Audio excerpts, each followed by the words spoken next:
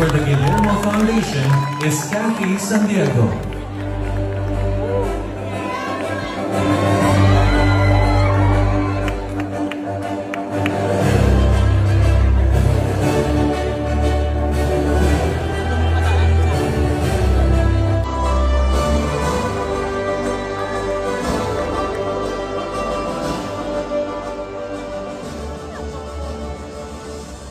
Good evening, everyone.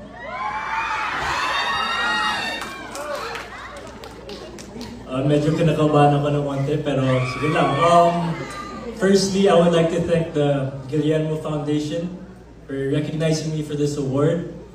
I'd like to thank my Viva family, Boss Vic, and the Del Rosario family. Thank you so much for believing in me and giving me the opportunity to work.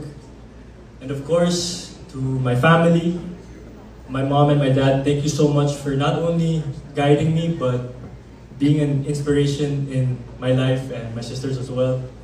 And to Dash, my sister, congrats to you because you also won. And for me, this moment, I'm more proud just because me and you get to share this moment together, and it means the world.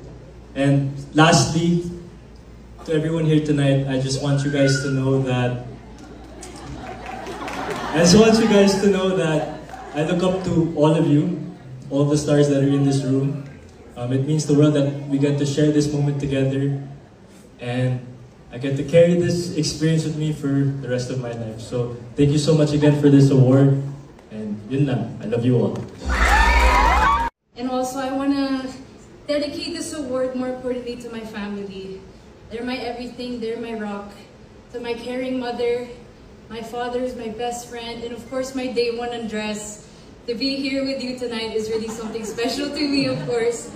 And this all wouldn't have happened because of you. Remember this for the rest of our life. Pero, yun nga, let this not be the end all be all, but just a sign to keep on doing good work and working hard. Nakapagpagod ba kayo sa Nakapagpagod ba kayo? I try every day. Never we try with the effort every day. And I would like to say yes.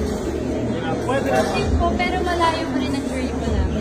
Malayo pa. And we're really willing to put in the work. Ano sabi ng parents mo sa awards nila?